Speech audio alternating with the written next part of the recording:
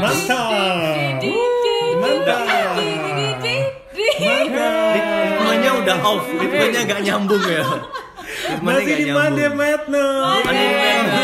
Selamat hari Monday. Celongat biar tambah ngenes. Salah. Jadi masih di Monday Madness. Kita jumpa lagi di episode kedua nih kali ini. Dan ngomongin soal ngenes-ngenes itu tadi, kalian dengar nggak sih atau baca berita deh soal ini apa namanya, keinginan Rumor-rumor ya. Iya, rumor. Wacana. Ya, benar, wacana Menkumham Yasona Lauli. Maaf Pak. Yasona Lauli untuk membebaskan tahanan koruptor. Oh iya. Waktu itu sedang ini ada sedikit jadi topik bahan. Jadi headline. Tahu dari mana? Kalau aku dari ini punyanya Natsua. Kalau aku dari Kompas. Dari kamu. Kalau aku dari ini sih yang utama dari Twitter. Tadi. Oh, dari Twitter. Twitter ya? kan selalu update tuh tiap harinya apa. Emang yang disorotin lebih utamanya ke napi koruptor. Yeah. Tapi kan selain napi koruptor juga ada napi yang lain. Ada nih Kompas tanggal hari Rabu tanggal 1 April 2020. Dia bilang apa di sana? Menkumham ×2 5.556. Itu Menkumham mengatakan. Menkumham 5.556 napi sudah dilepaskan demi cegah penyebaran COVID-19. Berarti napi aja ya ini ya, bukan secara umum ya. Secara umum.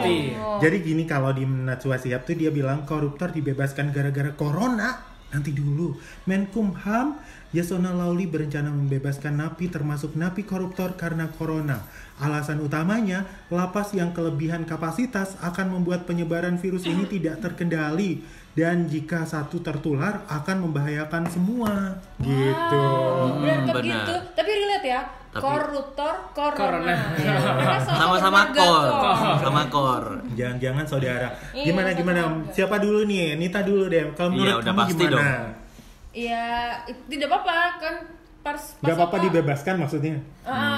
Karena dengan catatan ya, karena kan itu untuk kemanusiaan. Karena masa-masa seperti ini kan semua dikalahkan dengan kemanusiaan.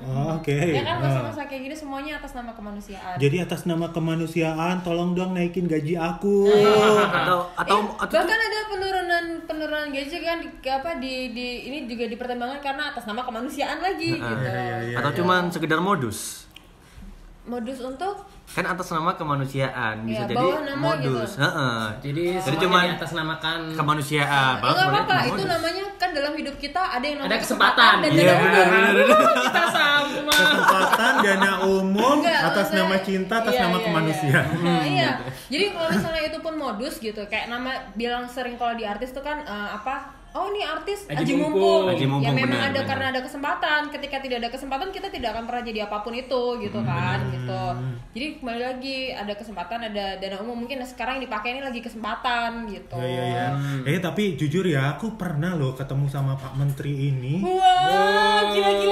Kan kamu juga pernah. Ini kan biar lebih dramatis. Jadi aku nggak nyangka aja. Maksudnya kalau ketemu kan santun-santun pendapat mengenai corona dulu kan ya. Maksudnya santun-santun banget, nggak ada yang sempat kepikiran kayak yang dituduhkan sama masyarakat gitu kan. Apa tuduhan masyarakat memangnya? Ya ini apa namanya, kayak semacam apa itu namanya, kesempatan. peluang Salah satu untuk menggunakan powernya untuk dan juga membebaskan itu dan juga memanfaatkan krisis ini kan, pandemi corona ini. Nah kalau aku sendiri sih menyikapi ini, aku nggak setuju kalau tahanan-tahanan itu dilepaskan mereka dari tahanan, karena kita tahu sendiri tahanan koruptor itu kasusnya beda, karena kasusnya itu kayak gimana sih, lebih kepada mental gitu. Kalau misalkan yang mereka ini dibebaskan mental ya, karena dulu katanya sih adanya BPK, adanya KPK ini ada untuk meningkatkan mentalitas bangsa biar mentalitasnya 10-20 tahun ke depan tetap bisa dijaga kejujuran dan lain sebagainya, nilai-nilai positif bangsa. Nah, kalau misalkan mereka ini dilepaskan, contohnya itu kan nantinya nggak ada, maksudnya mereka efek jerak. Mereka gitu aja bisa dilepaskan. Ya udah, kita tapi kan bisa niru. Ini gitu. bukan aja keadaan seperti kan, memang bukan aja kan keadaan luar biasa yang global gitu. Terus juga kalau aku kembali lagi kayak tadi kejahatan korupsi itu kan mental, bukan cuma mental, dia kan juga sistem. Ketika satu ditangkap tidak menjamin juga dia ini, karena dia sistemnya tetap bekerja di luar sana gitu kan. Itu kenapa masih aku akan nyinggung yang sistem-sistem itu, tapi yang dibicarakan khususnya yang di Najwa ya, kurasa ini fokus ke tahanan-tahanan koruptor yang kelas kakap. Oh, yang gede-gede. Yang gede-gede, benar. Tidak sesuai tidak kayak yang di headline tadi yang karena fasilitas gitu ya. Kalau narapidana yang lain kan emang fasilitas yang sekarang tuh dimaksimalkan, bukan sesuai dengan proporsinya. Benar.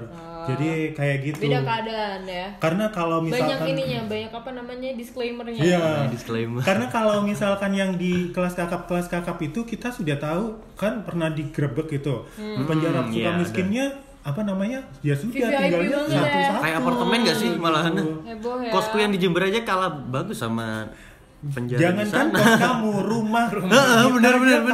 Bagus sama benar. ada banyak fasilitas. Dan itu pun juga satu penjara untuk satu napi kan. Kan jadi dia lebih enak ya.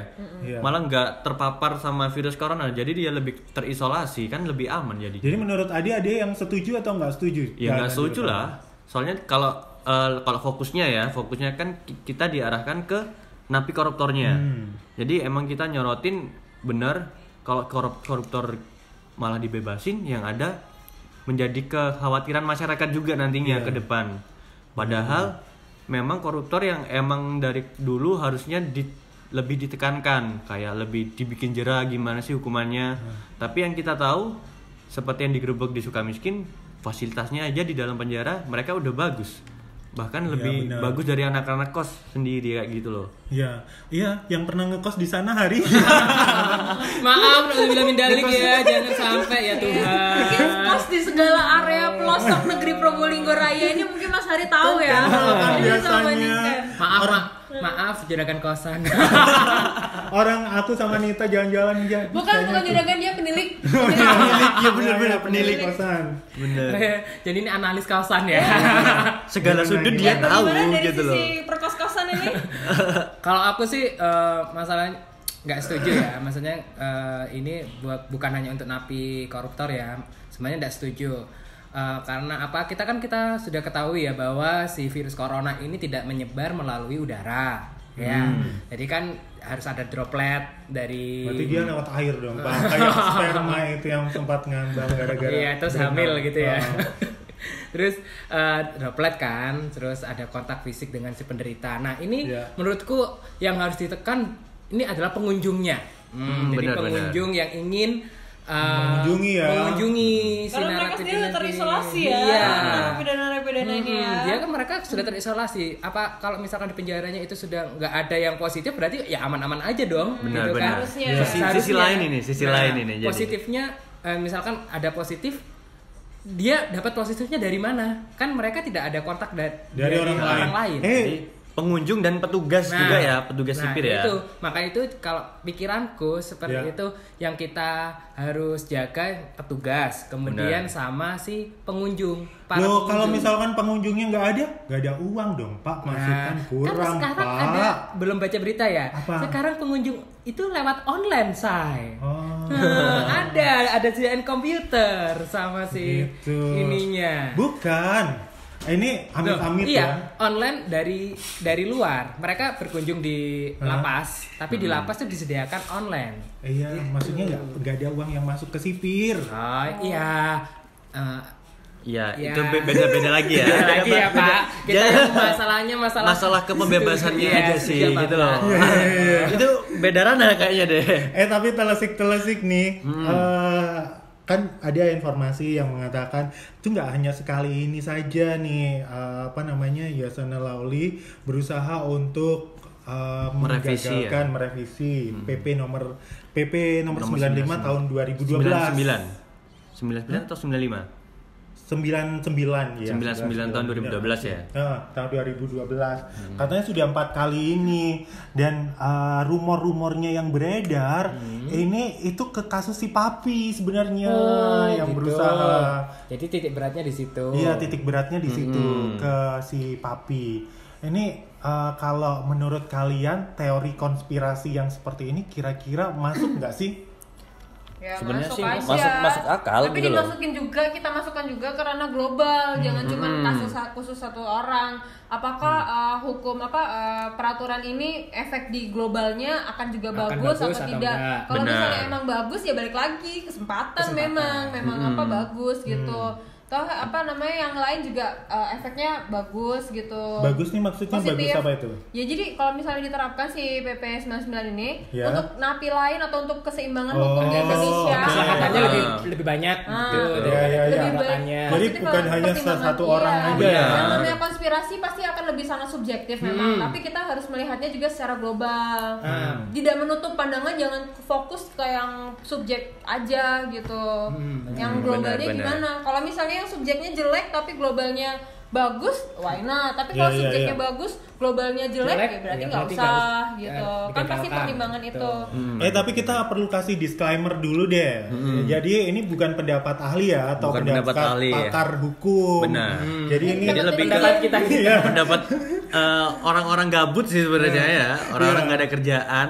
Sudut pandang lah ya. Sudut pandang benar, opini kayak kita. Gimana mengenai permasalahan yang satu ini. Benar. Kayak gitu. Tapi juga ini kemarin sih beberapa hari atau kalau nggak salah ya udah ada klarifikasi sih dari Menteri Hukum dan HAM Bapak Yasona Laoly nih. Jadi klarifikasi yang diberikan Bapak Yasona sebenarnya ada kriteria sendiri untuk membebaskan napi koruptor yang dimaksud gitu. Jadi ada beberapa kriteria yaitu terkait usia napi yang lebih dari 60 tahun atau lebih dari 60 tahun. Karena kan yang 60 tahun kita tahu imunitasnya juga lebih rentan terhadap virus ini. Jadi resikonya terhadap virus lebih tinggi. Dan juga yang kedua yaitu sudah menjalani 2/3 masa tahanannya. Kayak gitu. Tapi nyambung Nita, kalau untuk tahanan-tahanan kan Najwa sempat membandingkannya dengan tahanan maling ayam apa gitu. Kalau menurut kalian sepakat nggak sih mereka dikeluarkan untuk mengurangi nih?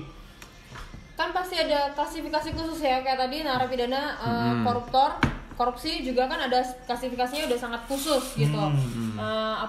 Dari dia usia, masa tahanan gitu. Itu jadi udah sangat-sangat menyaring kecurangan-kecurangan nih, nilai-nilai atau konspirasi subjektif yang kita pertimbangkan di awal tadi yang sempat kita colok-colok di awal. Pun juga untuk narapidana yang lainnya itu yang udah dibebasin itu juga pasti ada pasti ada syarat khusus, syarat dan ketentuan berlaku gitu. Karena mungkin yang di label besar pasti cuma pelepasannya aja, tapi pasti yang label kecilnya kan ada S dan K berlaku gitu. Jadi selama itu juga diterapkan dengan sesuai peraturan yang berlaku ya nggak masalah. Memang bukan cuma untuk kasus corona, untuk kasus biasa pun kayak lebaran, Natal, tahun baru gitu kan juga ada remisi gitu ya. Itu kan juga syarat ketentuannya berlaku. Ada ketentuan kelakuan baik. Udah pasti adil sesuai dengan hukum yang berlaku di negara. Berarti intinya kita jangan terburu-buru ya dengan headline.